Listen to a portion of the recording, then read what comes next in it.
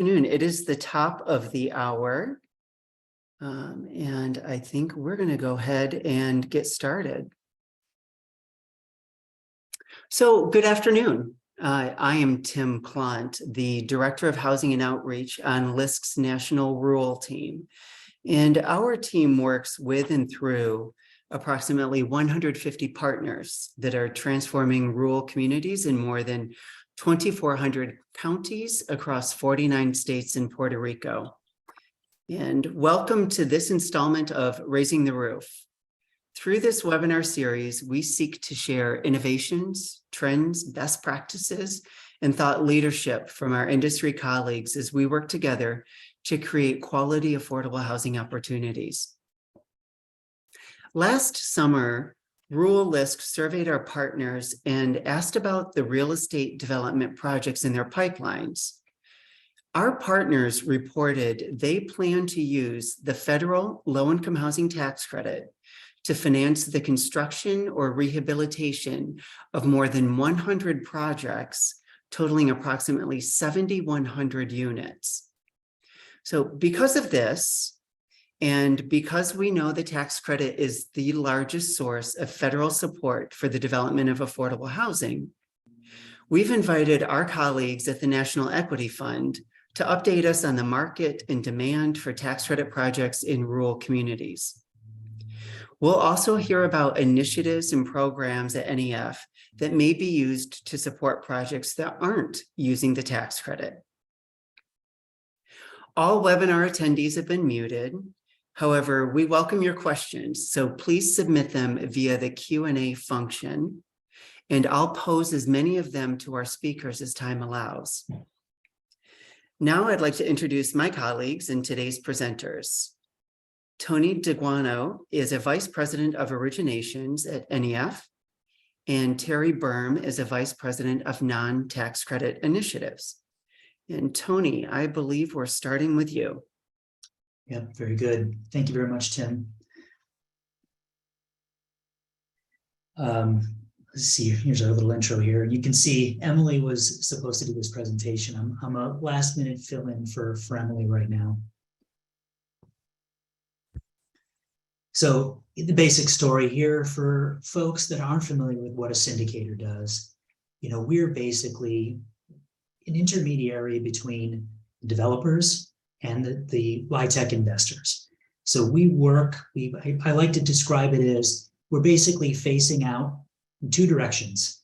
We're working with our development partners throughout our regions, making contact with them, finding out what they're doing in their communities and who's getting the tax credits and who needs an investor to partner with them to purchase those credits and provide some equity. And on the other side of it, we'll work with investors that are looking in those communities to place equity and get tax credits. So, I mean, it's a very symbiotic relationship that we have. When it's an integral part of this program is syndicating those credits. There's a lot of investors out there that have needs that are trying to zero in on those communities, and we're the ones that have our fingers on that pulse. So that's what we do. Next slide, please. Now, NEF has been around for 35 years, and that's basically the genesis of the LIHTC program. It was basically started in 1986. First program started rolling out in 87, and that's when NEF was born. And over the course of our now 36 years of existence, we've learned that you have to continually look for new things to do in the industry because it is ever expanding. So we are innovative. We have programs that we're always developing. We're conscientious. We're observing what's critical in the industry and where we need to move. Now, our LIHTC investment is our core business. We've been doing that again for 35 years, 48 states. We are always attentive to the needs of our development partners, and we're flowing with them through all of these changes that are happening in the program, all of the economic ups and downs that we experience. It's kind of what I like to think of us as doing is when we're partnered with our development partners, we're not just there to provide equity and ask some questions about what's happening. We're there to kind of move with the industry and the developers in the direction things are going and try to keep up with the changes. Now, our investment in people and resources, we have a growing staff. During the pandemic, we continued our growth, and you'll learn later on here during the course of this presentation, we have some new business ideas that we've been working on and that have been in the development stages and are now rolling out. Next slide, please. So, rural housing, what does that mean? Well, I mean, for most people, they understand, I mean, your metro regional markets are pretty obvious. You know, I'm here in Oregon. This is mostly a rural state. It's, you know, one of the top 10 biggest states in terms of geography. And you basically have one large metro region in Portland. It's a tri-county region. And there's a lot of business that's done in those communities in the tri-county region, Portland metro area. And those markets are CRA driven.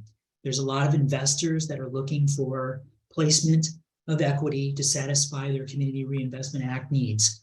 And that's driving that market there.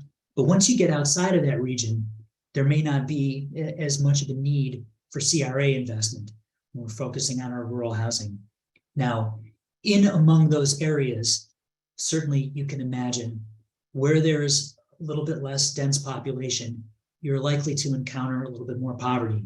And that's what we're addressing when we're looking at fundamentally, how do we provide in those rural regions the housing for the people who do live there? In those communities, they're very, very much strong in a lot of places and still existing. Some of them might have a single industry in their community, in their town, but we know that there is a need for housing. And we're trying to work to identify those. Now, a lot of what we see in those regions, and I'll get to speak more about this a little bit later on, there are communities there that haven't had new construction and affordable housing in decades. And that might just even be any type of housing.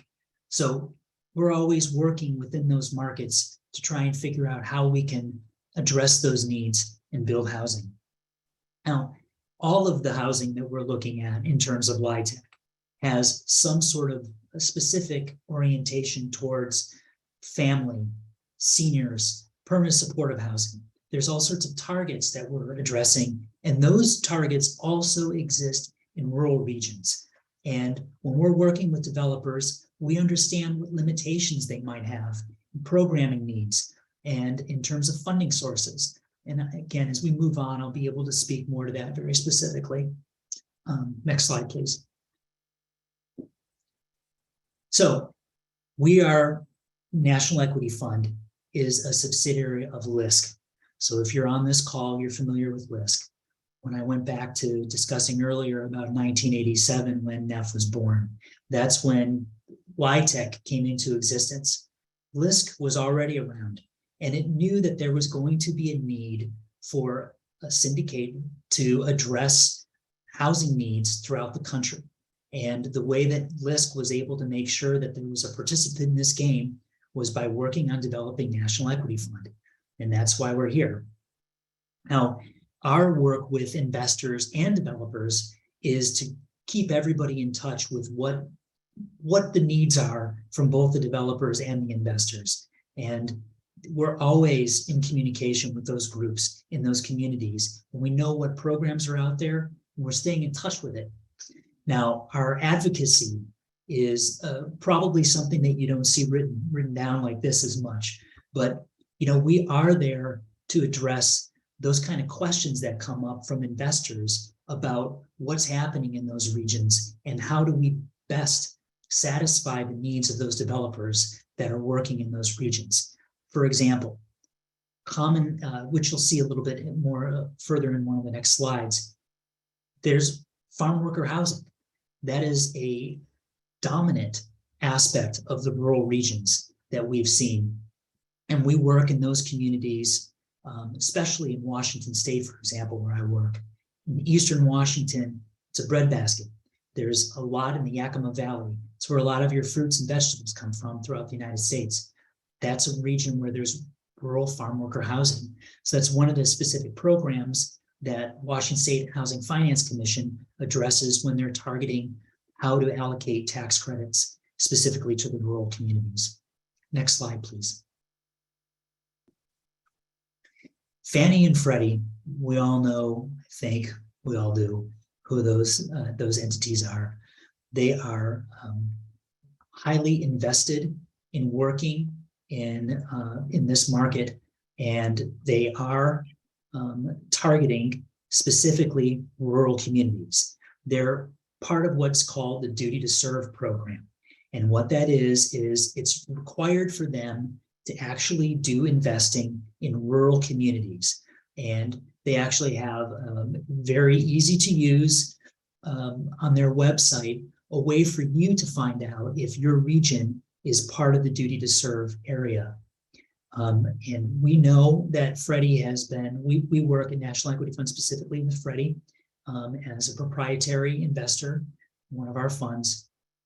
We know that they are looking to target those areas, but there are some specifically that you see listed here: Middle Appalachia, the Mississippi Delta, and as I had mentioned previously, farm workers. Those are very specific targets that they are looking at doing investing.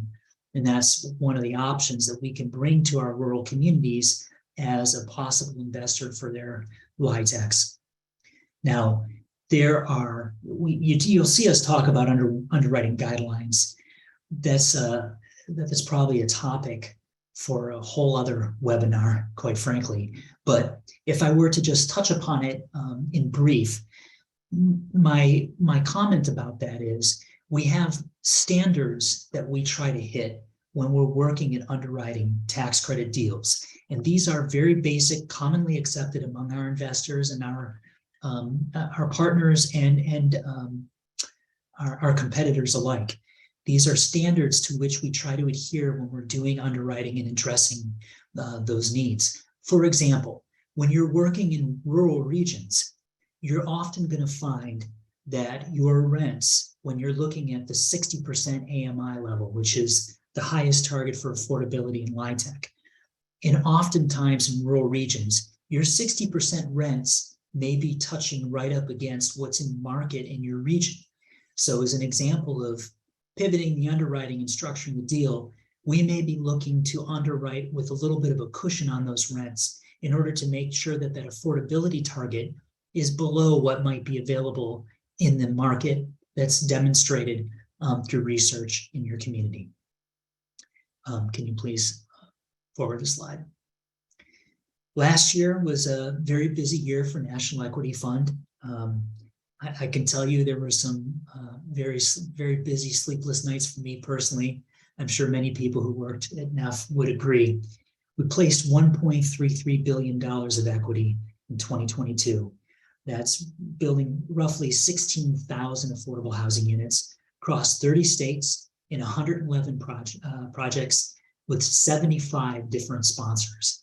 Now, the way our organization is set up is we actually have regional representation. So we have specifically people like me that are placed in certain areas of the country that we're covering. I'm here in Portland, Oregon. So my region includes the Pacific Northwest, for example. And that's those two states, you know, we do roughly about a half a dozen deals a year working with partners. That includes Seattle and Portland metro areas, but it also includes rural parts of the state. Last year, for example, we closed a project in Lincoln City, Oregon, which is along the Oregon coast. And what we've seen in that part of the state is that we've had a lot of wildfires and smoke issues that have happened over the last few years in the state of Oregon. And there's actually been a lot of people that have been displaced from the central I-5 corridor and regions of the state that are moving westward towards the Oregon coast. So we've actually seen those communities along the coast have been a target for increased development needs. And our investors are keenly aware of that. And the developers have been pivoting to do work in those regions. So that's just one state of which I'm speaking among 30. Next slide, please. Now, our investment in rural for the last 23 years, we've done $1.2 billion of equity, which, thinking back to the size and structure of some of the deals that we've done over the years, some of these projects are very small. So you can imagine the total $1.274 billion. That's a lot of communities in which we've worked. Almost 11,000 housing units across 33 states and 201 projects. And that's working with 129 sponsors. Now, I know for a fact, as I had indicated earlier, we do work quite significantly in Eastern Washington, where there's the rural communities there. We have a lot of farm workers that are in those regions, and we have developers with whom we've done upwards of a dozen or more projects that have worked with farm worker housing. And it's something I do talk about farm worker a lot. I'm certainly happy to get into that a little more. Very fond of the work that our development partners do in the world of farm working. Next slide, please. This is an example of a farm worker project. This was in Orange Grove, California, which one of my teammates worked on. 30 units, farm workers and families. Now, a lot of times what you have in certain states is they will have a specific set aside, which means there's a designated target for a specific group. In this case, it may have been farm workers. This is a rehab of an existing project. It was 2 separate sites, and this was Freddie coming in as the upper tier investor. So they provided the equity. We teamed up with US Bank to do the lending on the construction debt. And just a little note there is a shared laundry facility and a community room. A lot of times in the rural communities, you have a little bit more land. And so you have the opportunity to maybe create more of a campus setting. And that means you might actually have a specific building that's designated as a community space where people can come, they can host little get-togethers with the community, maybe celebrate specific holidays. It could be very beneficial for the management team to be able to host meetings. My experience when I visit those sites, it's great for me to be able to come in and talk with the property management team, to meet with some of the residents, find out how things are going when I visit the sites. Next slide, please. PK housing. Now this is neat here. So what you see is you have a nice little map there across the state of Michigan, targeting this as a scattered site. So 14 buildings and 10 developments, 384 units across the state of Michigan. Now this was done with 4% credits. It was a bond transaction. They had RD financing that came into it, rural development. They also had some rental assistance. It was supporting 276. So the balance of the units had RD assistance coming into it. And this one also includes community rooms and children's playgrounds. Now we do see, as I had indicated earlier, a lot of scattered site projects.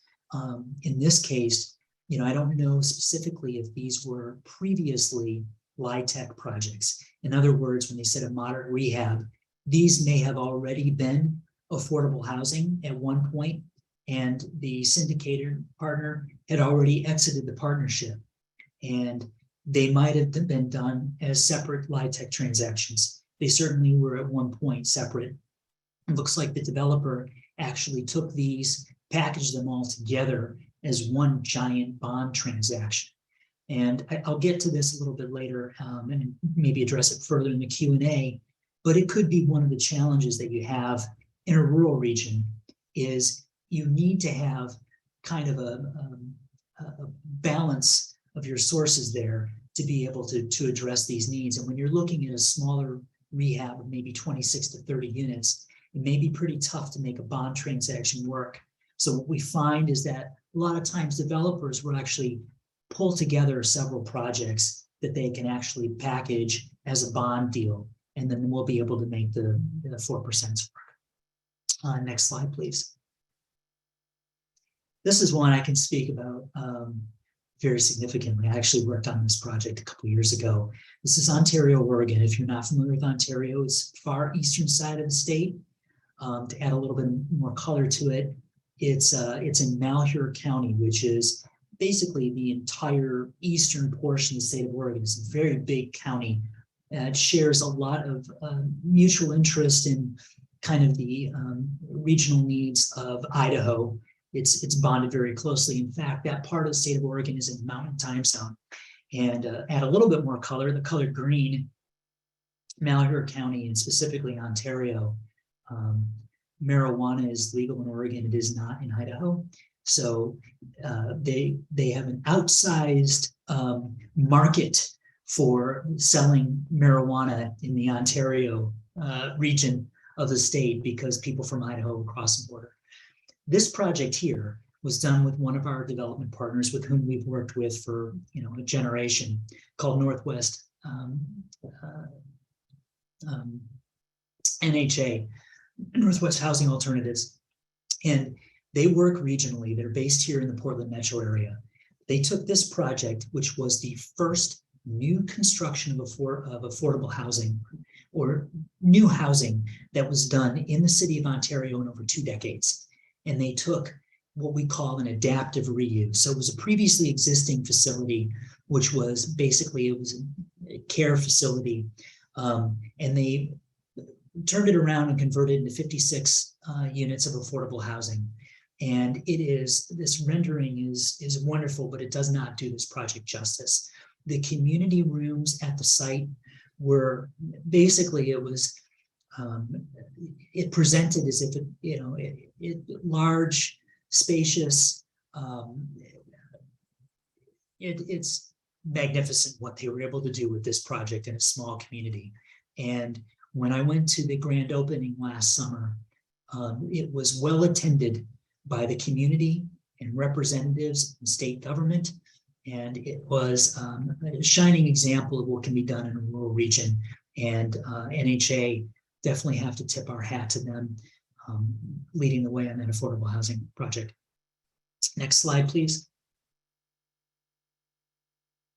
Looks like that was it for me.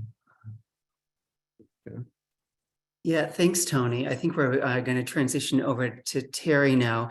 I do want to acknowledge that we have a few questions in the Q&A. So I will pose those to the speakers once Terry's made his comments. And I will encourage you to continue submitting questions via the Q&A. Terry. All right. Thanks, Tim. Thank you, Tony.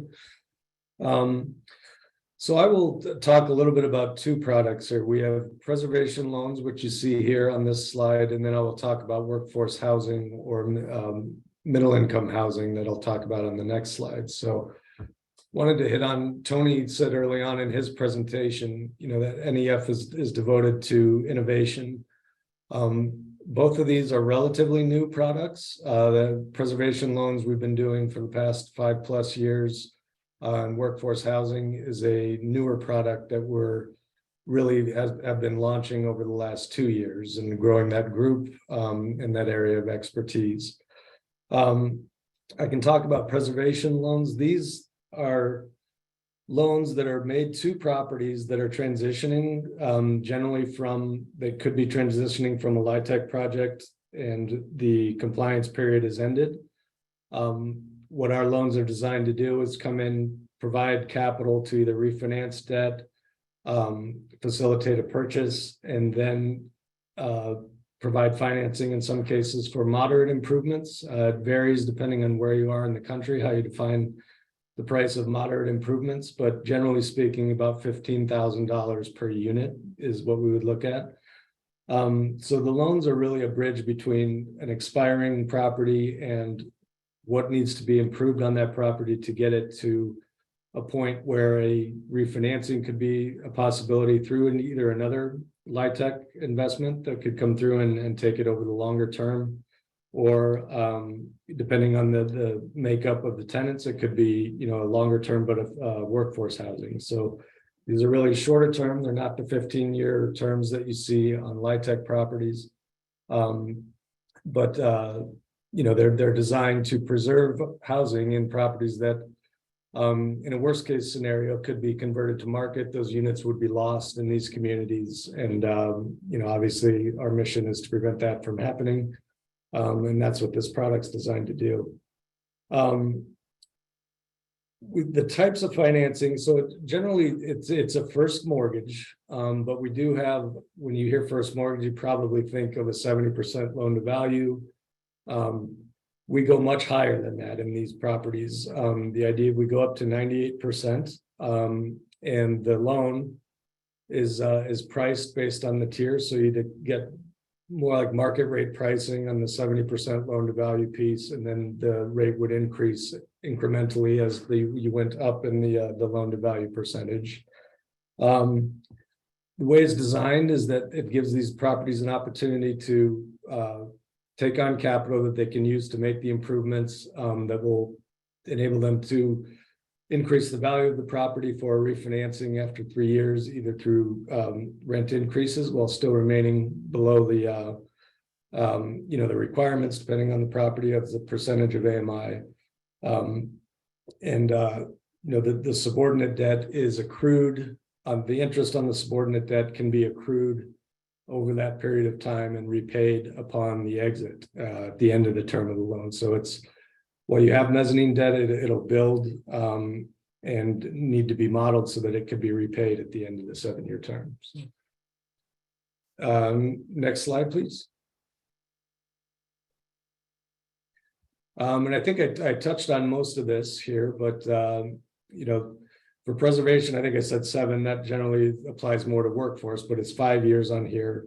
The attractive attributes, we've got fixed rate debt, so what your debt service is going to be from the beginning.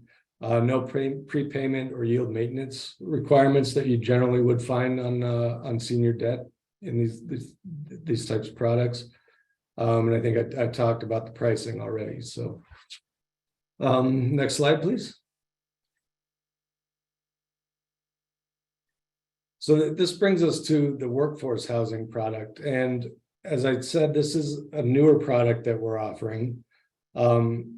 This is designed to fill that gap that the entire country is seeing with individuals who make enough money that they don't qualify for a LIHTC as a LIHTC tenant, but could be priced out of their market. So a perfect example is the Bay Area in California. You have people who make 80% of the area median income, and without these types of projects, they're few and far between where they can afford those units. So the goal of this product is to preserve housing for people up to 80% AMI, and this is a different product. It's a cash flow product. So the underlying property needs the cash flow, just like there's no tax credit. So it would need to cash flow just like any other loan that a property would get.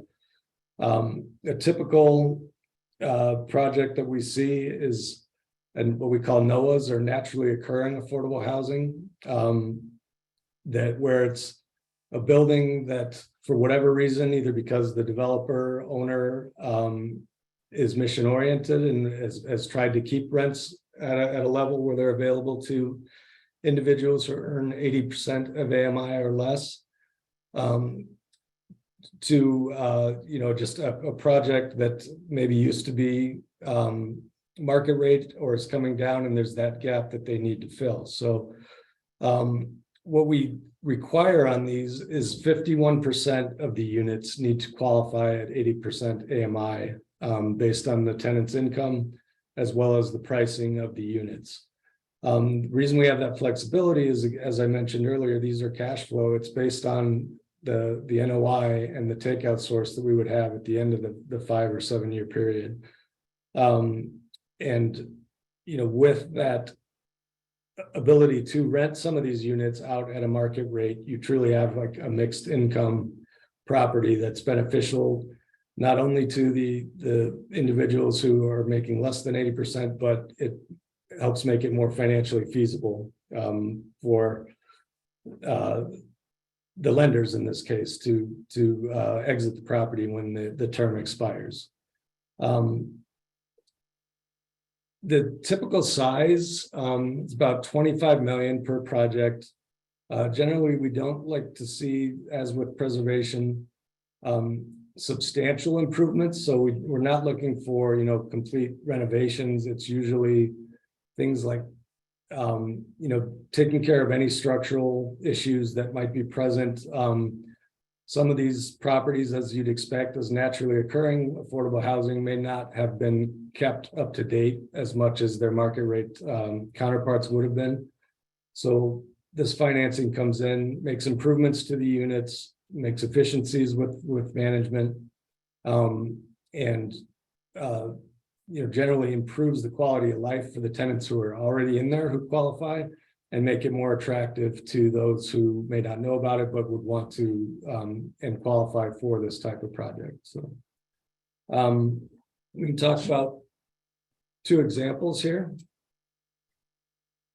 And let me stop here and mention that with both of these are new products, so we do not have a long track record of working in rural communities. I'll show you one of these examples where it did work.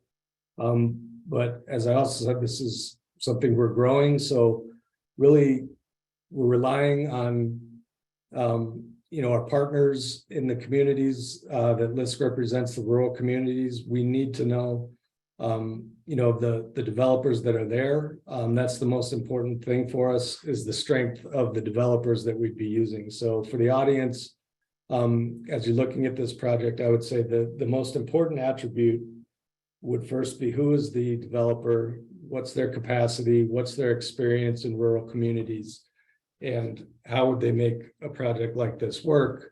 Because as we said, 25 million is probably higher than your average rural property, but in the examples that I can show, and if we go to the next slide, Keegan, it is possible to, similar to what Tony pointed out in the PK housing project in Michigan, if you have a sponsor who's familiar with the community, has people on the ground in different regions, you can do a scattered site approach with both of these products. The one I'll talk to here, it was an Iowa portfolio, 5 properties, 5 different counties. We had the same sponsor for all of the projects, and we lumped them together and were able to make a small loan by our standards, but still big enough to make it work from a cash flow perspective, and made it work for the sponsors. So the biggest takeaway I would give you is, when we're looking at these deals, it's the sponsor and their experience and that relationship that's most important. And then, we could go from there. Wellington Creek is another example. This one's not rural, but it's a very good example of a 90-unit building, probably large by rural standards, but still a good example. This was a property that was owned by a family for the last 30 years. The parents of the family were either getting up in age, and one had passed on, so it was transferring down to the younger generation. For tax purposes, they needed to restructure it. The family had been this was one of a larger portfolio of market units that they had, but they had always held this property as one that would be affordable to workforce housing. So, they weren't a mission-driven nonprofit, but they still had that that mission in their heads, and the family wanted to keep it that way. So we were able to go in, give them a loan for 13.14. They had it was a new purchaser buying it from the family who had experience not only in LIHTC but also in some middle income housing. So we had this new sponsor who understood working with low income tenants. They came in, were making minor improvements to the infrastructure, making the units better, adding a community room. So generally taking a 30-year-old property, bringing it up to date, making it as nice as possibly could be. And looking at it, really, you wouldn't know if this were a market rate project or an affordable project when doing the comparison. So those are two examples. As I said, this is a new program for us, so very excited to have all of these potential new partners on the phone. I think historically we've built the portfolio up by working with repeat sponsors. Most of them have been in metro areas, but there's no reason that couldn't be replicated in rural communities as we grow the business. But I think that sums it up for me. We can maybe open it for questions now. Yeah, great. Thanks, Terry. And Tony, great. And we do have some questions. So first of all, thanks you. I appreciate both of you and your comments. And I really appreciate that each of you used an example of bundling multiple projects together, because we do know that in many rural communities, project sizes just tend to be smaller, and a building on its own may not be financially feasible, right, for credits or for some of the loan programs that Terry spoke about. So being able to see that sponsors have bundled one or more of those buildings together into a single transaction, I think is really helpful. I will, in scanning the questions, I'm going to respond to the easiest one first. And say that, yes, we will share the slides with all participants after the webinar. So thank you for that question. And let's see, I think this one could be answered maybe by either Terry or Tony. How does NEF work with the difficulty in obtaining suitable appraisals in rural markets?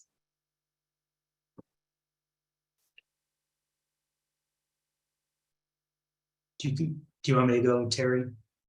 You could go first. I'll add on, but yeah, it's a good question. It is a good question, and honestly, it hasn't been my experience. And I was tipped off. I had time while you were talking, Terry, to look at the questions and anticipate Michael's question. So I actually reached out to a couple people, including a lender with whom we work. We're closing a rural project right now in Oregon to see if that has been our experience. And frankly, it hasn't been my experience in the region that we've had any challenges with obtaining appraisals. And further to add that we haven't even seen any changes in the cap rate in regards to the region here. So I don't know if that's a regional specific question. So definitely, it within my purview, I haven't experienced that. I'll add, we don't have a large portfolio of rural deals to full experience from, but I think, as we look at these projects, the same underwriting criteria that we give it would be something that would have to be represented in the appraisal. So if the project can cash flow based on the market, based on the potential tenants, based on current rents, based on expected growth rates, I mean, that should be represented in the appraisal just as we would be doing in our underwriting. So it's not uncommon, or it would be uncommon for us to not match up. So I suppose, a sales comparison approach in the appraisals would be difficult. We understand that it's not just rural areas where we find that. But from an income capitalization approach, I think, it would be, there'd be more digging on our side than maybe there would be on your standard.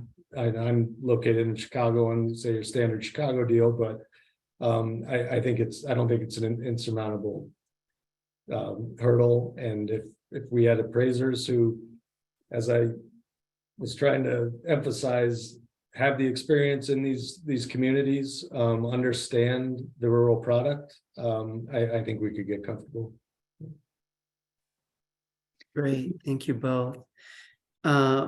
Next question, and this actually gets at the comment that I just made about in economy of scale for some rural transactions in the idea of bundling them. But the question is basically, does NEF have a rule of thumb regarding project size in terms of whether it be units or dollar sizes? So maybe speak to a rule of thumb for a single project, maybe a single building, or at what point might you encourage bundling with more than one building? I can take that one, Terry. This is a very good question, and I mean, there's the scope of the answer is very broad. And we can take a little bit of history and say, certainly deals have grown in size. When I think about some of the projects I used to asset manage 13, 14, 15 years ago, we're talking 25 to 30 unit projects, rural Oregon, rural Washington State, maybe $4 million of equity. And that was enough to make the deal work. You put another single source in there, like a perm loan, and you got your deal. Those days are over. That doesn't work. We do have, we have different funds that we can target for specific projects. I can tell you, I've looked at deals that are around $5 to $6 million. Arguably, that if it works, if it pencils to 9%, then it's kind of in a sweet spot for that fund, and that would work very well. But when you're talking about doing a bond transaction, I mean, we really have to figure out how to balance that one out, and that's scale. And you're probably looking at, to run the full spectrum. I looked at a project that we closed, and actually we've exited that partnership now half a dozen years ago. Early 2000s, it was just a hair under $4 million. It was a 25 unit project in the Yakima Valley region. That same developer with whom we still work, we just closed a deal with them a year and a half ago, $12 million. And that one has about twice as many units, and they're working with what they can to try and figure out sources for it. But it's a lot more difficult to make it pencil. I think in part of that question, there was a comment about a particular region of the country. Maybe it was Appalachia. I don't work in that region, but my understanding of how we would be looking at targeting these projects would be, we'd have investors in the fund that are working in that region that would know the lay of the land and understand what they would need to do in order to make the deal work.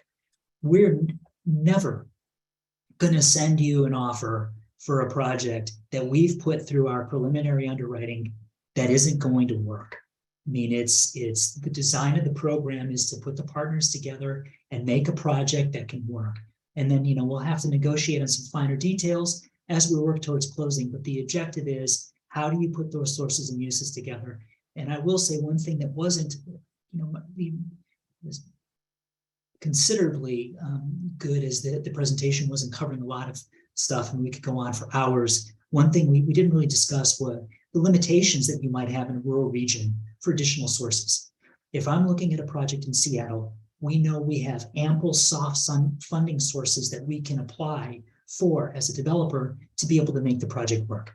You don't have the access to the same funds in rural regions. So you have to be a little bit more creative about how you can make it work with your underwriting. Thanks, Tony. So what I'm taking away from that response, Tony, is that it depends, right? It varies. And that's why I would really encourage, especially our rural LISC partners that are listening in, is that, never count your project out. Never assume it's too small, whether it be for debt or for equity. Always engage, reach out to your rural LISC program partner.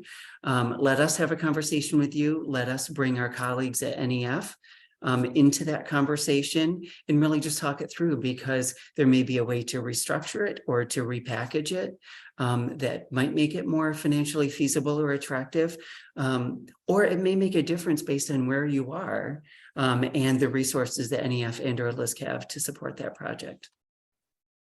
Thank you. Yeah, no, thank you. Let's see, Terry, I think this one's for you. Just a question. When will NEF have details on the workforce housing program for new construction? So I can say we have, we don't have the pool of investors that we do on the LIHTC side, obviously. So that is, one of our primary focuses right now is adding new investors. I can say we have a large investor now who's open to new construction, one that we're working with who is not very open to it at this point in time too. So all I can say, on that front is, it's limited right now. But over the next 12 months, we hope that changes. And, you know, my colleagues, they're reaching out every day, you know, getting new potential investors. So, you know, as Tim said, don't necessarily think your project wouldn't work. And especially, you know, if it's something that may have a longer time horizon, it could be something that we could look at early. And as time goes on and we hopefully get investors who are more open to the new construction, taking on that construction risk, you know, you never know. And in 9-12 months, it might be something that could work for us. Right now, it is a little difficult on the new construction side, but you know, that's an area we're working on, not just rural, but also you know, metro communities as well. So Great. And actually, at what point would you like to be brought into a deal? Yeah, go ahead, Tony. As soon as possible. I Okay. mean, I had a conversation with the developer last week who is putting in an application for 4% bonds in Washington State in March 2024. And she sent me a set of preliminary numbers and a little bit of narrative and wanted to start a conversation. And that was the genesis. The objective of that very first call was, how do we start structuring this deal so that it can fit with NEF and their investors? Who do we want to bring in on debt? How do we start putting the coalition together to get this deal done? And I was like, ah, thank you. That's perfect. Great. yeah, the earlier the better. And you know, we can learn as much about this. Just, you know, there's no harm in showing us something that may not work. We can all learn from it and educate each other on what would work. You know, it could be something that a rural CDC could bring back, add to it, you know, bring it back in 3 months, and it, you know, so we could go from there. So, you know, we're here to grow not only our line of business, but, you know, to work with all of our LISC partners, and you know, any way we can help. And like I said, we'd learn as much from you as probably more than what you would learn from us based on the product we're showing. So Great. No, thank you for that. So, so for people listening, really, this is an open invitation and a word of encouragement to you that if you have a project concept that you think could benefit or utilize NEF's equity or even their one of their non-tax credit projects, please reach out to us and just let us take a look at it and give you some feedback on it. So please take advantage of that. And let's see if I have other questions. Well, and I'll pose this to both of you. What are the most important attributes or maybe characteristics of a deal that NEF looks for when you are having that screening or initial vetting process? I can, from our perspective and our investors' perspective, you know, it's the sponsor. Who is it? Somebody with a track record who knows the community they're working in. Have they been around long enough to prove that they're willing to stand behind their projects over time? You know, we obviously work with all types of developers, but you know, having a mission-oriented partner also involved in the project is very helpful. Oftentimes it provides capital, and it always provides some sort of expertise for us too. So really, that, you know, we could have the best numbers in the world, if we don't know the sponsor and who it is, we would still be wary of the deal. So if we had a sponsor, especially in rural, who, you know, somebody who understands the community, has boots on the ground in the community, we could, that would be the first hurdle for us. So. Great. Thank you for that. And we are almost right at time. We scheduled the webinar for 50 minutes and we're right there. So Tony and Terry, thank you for sharing your knowledge and your insights, and a special thank you to Tony for jumping in really at the last minute and just doing a wonderful job for us and for NEF. A special thank you to Keegan McChesney for his behind the scenes work to ensure that we had a smooth webinar. And also a big thank you to our attendees for joining this installment of our Raising the Roof webinar series. Enjoy the rest of your day and keep an eye out for these slides.